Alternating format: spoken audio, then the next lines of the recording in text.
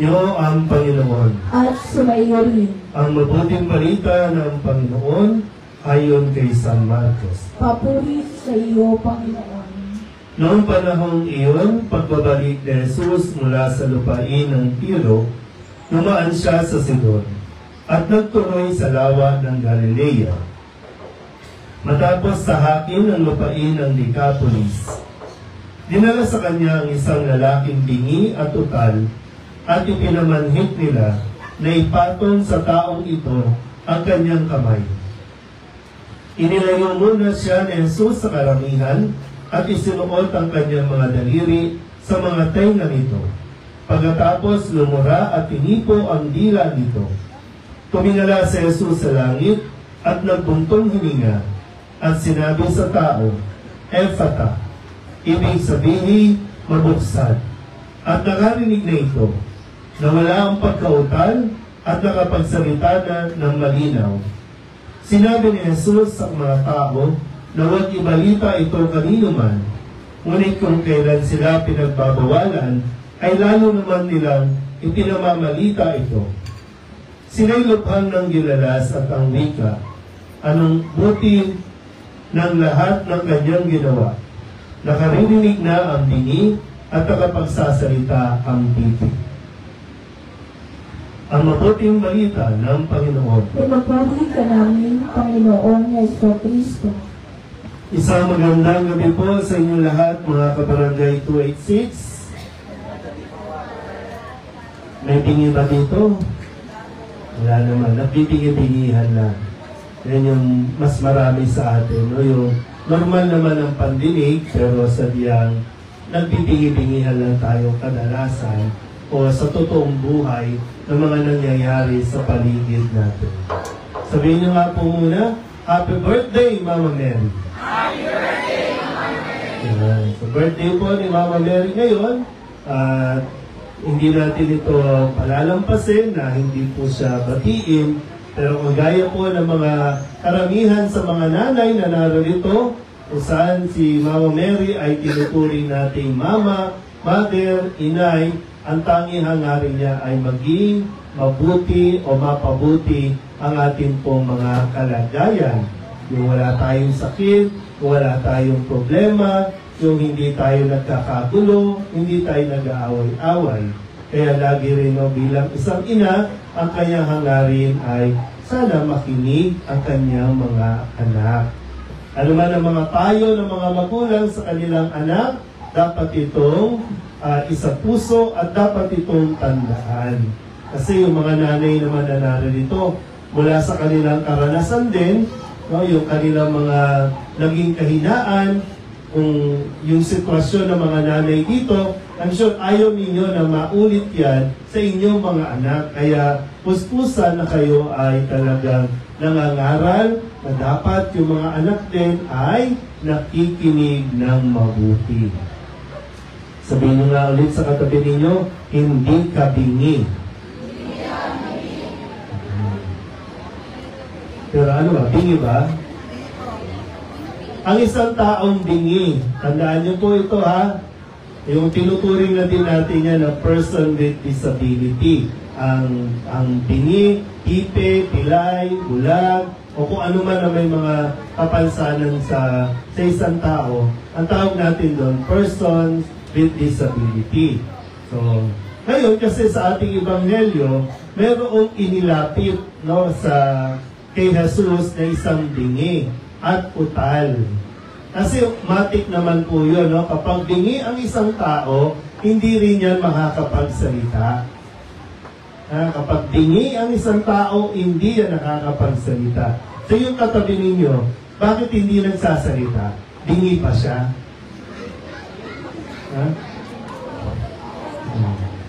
Hindi naman, no? So, kaya nga sadyang, may mga pinanggagalingan, may mga pangyayari sa buhay, bakit mas pinipili ng tao na manahimik kahit na mayroon naman siyang napapakinggan. So, balik tayo sa kwento sa Ebanghelyo. Pinakiusapan nila si Jesus na ipatong yung kamay doon sa lalaki o doon sa taong bingi at utal para pagalingin. At ang ginawa ni Jesus ay inilayo muna itong taong ito doon sa karamihan kasi nga, baka lang, no, yung sitwasyon, masyadong maingay, masyadong magulo. E bubuksan ni Jesus yung tenga nung bingi, sa loob ng ilang taon na nananahimik siya, baka mabigla yung kanyang pandinig. Baka masyadong maingay. At yung kung ano, mahalaga po kasi yung kung ano at kung sino ang kanyang unang mapapakinggan. Ano yung salita na maririnig, mahalaga po yun. Kaya, nung inilayo siya ni Jesus, at doon ay hinawakan yung tenga, at sinabi yung salitang, Ephata. Sabihin nyo nga, Ephata. Ulit, Ephata. Sabihin nyo sa katabi ninyo, Ephata. Diyos sa tenga niya, yung mas malapit pa, at sigawan nyo, Ephata. Sinampal. So, ibig sabihin, ang kahulugan po ng Ephata ay mabuksan. O, binuksan ni Jesus yung tenga, no? Yung pandinig, yung kung anumang nasa loob ng tenga natin para makarinig na ang taong ito.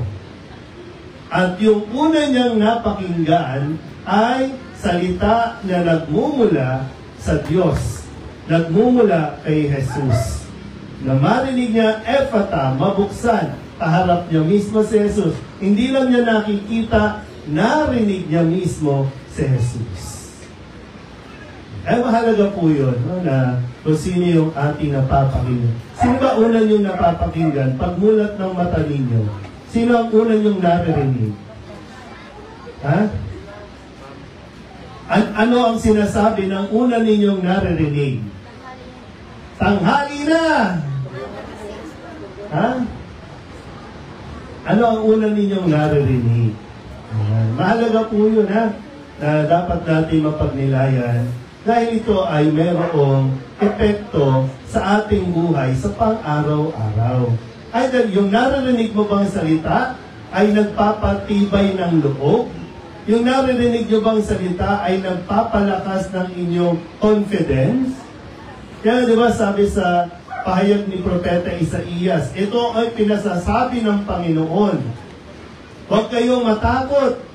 Lakasan ninyo ang inyong loob.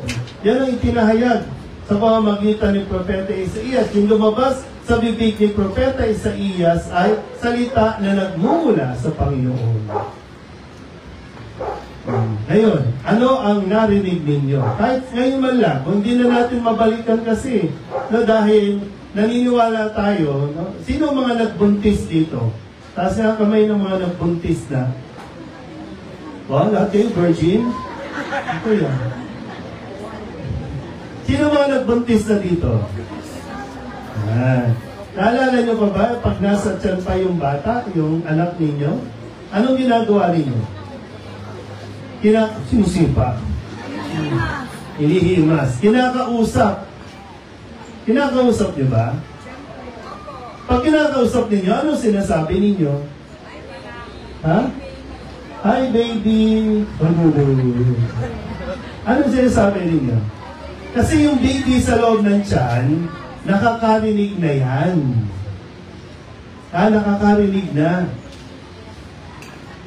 Kaya kung ipaparinig mo pa lang, habang nasa tiyan, ipaparinig mo yung mga magagandang salita, ipaparinig mo na yung mga kwento na kung ano ang gagawin mo, no, yung pangako ninyong magulang na aasikasuhin niyo siya, no, proprotektahan ninyo siya, papakainin, aalagaan. Tiyak, paglabas ng bata, talagang maayos. Tingnan nyo nga mukha ng katabi ninyo kung maayos na lumabas o... Kasi tandaan nyo po, ha? Kailangan natin mas maging sensitive. Sensitive. Sabihin nyo nga, sensitive. Ibig sabihin, inaalala mo kung ano yung o pwedeng maging epekto ng iyong gagawin o iyong sasabihin sa mga taong nakapaligid sa inyo. Eh dito sa sitwasyon natin, di ba? Halos magkakadikit ang mga bahay. Kaya kahit na yung kwentuhan dito, naririnig yan dito. Kaya mag-aaway yung kapitbahay, mag-aaway yung asawa, naririnig yan dito.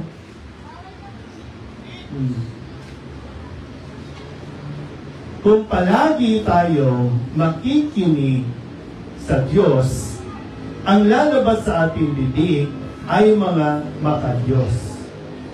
Pero kung ang lagi mong maririnig ang bibig at kwentuhan ng mga chismosa dito sa Barangay 286, mga bata pa lang, chismosa na.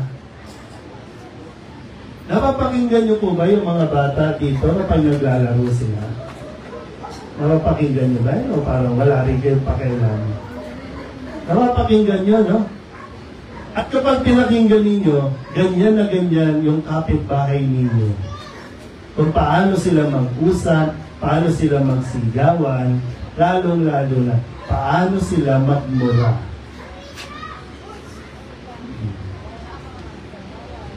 Kaya nga yung mga bata, di ba? No? Ang lulutong magmura. Saan narinig? Sa magulang.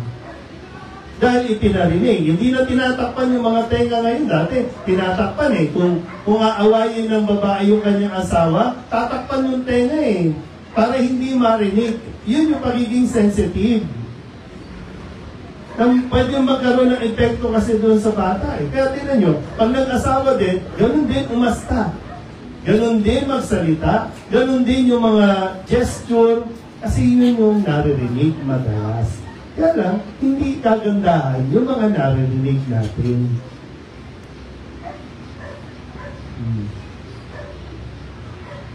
Ano na? Kaya yung mga kabataan, kung laging makikinig sa school, sa teacher, may maisasagot.